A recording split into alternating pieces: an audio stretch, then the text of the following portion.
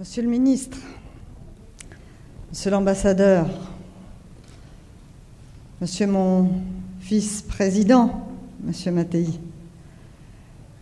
Mesdames les députés, Mesdames et Messieurs les directeurs, je ne peux pas tous vous citer, mais je crois qu'on est prêt à passer un bon moment ensemble et les uns et les autres, vous serez interpellés ce soir.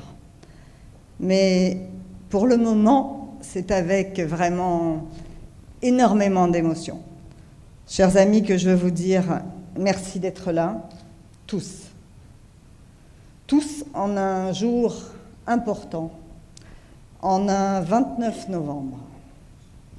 Et en nous disant, après ces images d'archives, que si en 1947, on a pu imposer le silence au moment où la France a voté oui à la résolution 181 qui faisait droit au peuple juif et à ses aspirations pour la création de son État, eh bien, Mesdames, Messieurs, ce soir, ce 29 novembre 2012, en France, au ministère français des Affaires étrangères, et en votre présence, Laurent Fabius, dans ces salons somptueux du Quai d'Orsay, je crois que rien ne peut nous interdire de nous lever et d'applaudir la création de l'État d'Israël.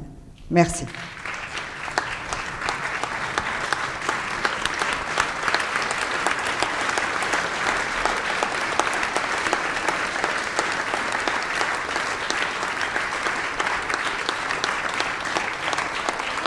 Merci. Je crois, c'est vrai, que rien ne peut nous interdire de saluer cet anniversaire, de nous réjouir d'avoir vu en 65 ans grandir ce petit pays par la taille, mais ce grand État par les valeurs universelles qu'il défend. Ce grand État qui, chaque jour, fait des miracles agricoles, des miracles technologiques, pardon, mais en pleine crise économique, des miracles économiques. Oui, je crois vraiment que rien, ni personne, ne peut nous empêcher, ce soir, de saluer ce pays qui peut compter sur le soutien et sur l'amitié de la France. Merci, Monsieur le Ministre. Merci aussi.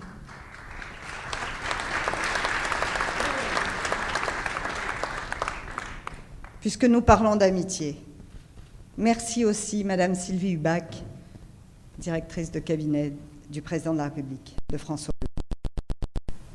François Hollande, vous pouvez les applaudir tous les deux, effectivement. Et merci. François Hollande a immédiatement manifesté à Israël son soutien et son amitié. Et j'en veux encore pour preuve, tout récemment, son déplacement à Toulouse avec M. Benjamin Netanyahou. Il lui a garanti de façon catégorique son attachement sans faille à la sécurité d'Israël, son empêchement que puisse être remise en cause sa légitimité.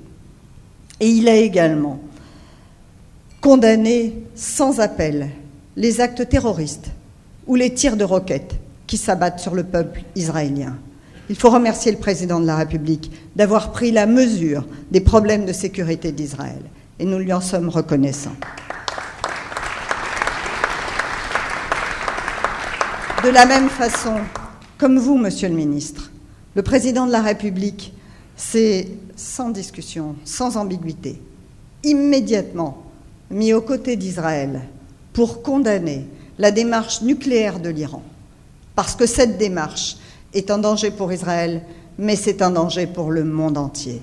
Donc merci là aussi à la France de savoir dire à Israël avec fermeté sa solidarité, son soutien et ce partage des valeurs auxquelles nous sommes attachés. Par ailleurs, Laurent Fabius, il faut vous remercier personnellement d'avoir récemment, au moment de cette période de violence qu'a connue la région, d'avoir été le premier à vous rendre sur place pour plaider pour un cessez-le-feu. Et nous l'avons obtenu. J'espère de façon durable.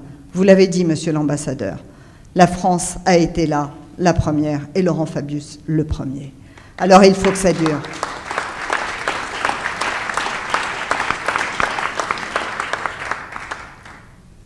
Et puis, puisqu'on parle d'amitié, eh bien, il y a une fondation France-Israël qui a été créée pour consacrer cette amitié entre nos deux pays.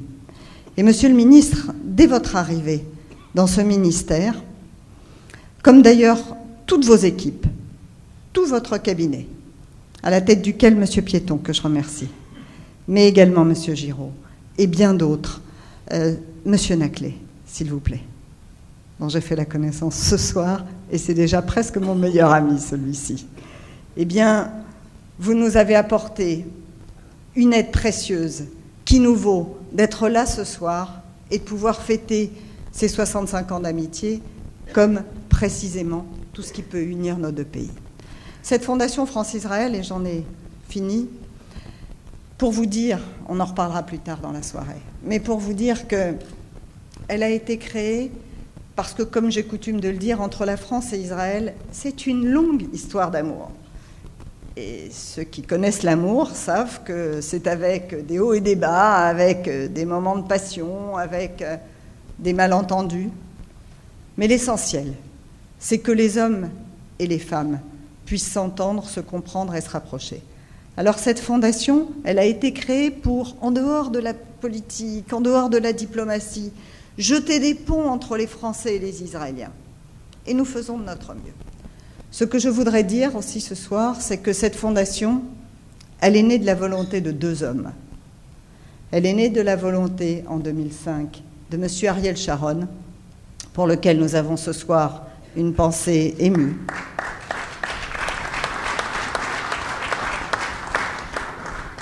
Et elle est née aussi de la volonté de Jacques Chirac. Et encore un hasard du calendrier, Jacques Chirac fête ce soir ses 80 ans. Alors, évidemment, avec le clin d'œil que vous pouvez comprendre venant de moi, Happy birthday, Mr. President. Nous lui dirons que ce soir, vous avez été nombreux à vous réunir autour de son beau projet. Je terminerai en vous disant, Monsieur Fabius, qu'il vous faut être à nos côtés encore longtemps, comme il vous faut être aux côtés d'Israël, avec toute votre force, tout votre talent, toute votre conviction. Si vous venez me rejoindre maintenant à la tribune, je vous demanderai, monsieur, d'accepter nos remerciements pour cette hospitalité qui nous permet, avec vous, de marquer 65 ans d'amitié entre la France et Israël. Et ça vaut tout l'or du monde et une belle histoire d'amour qu'on veut continuer avec vous. Merci.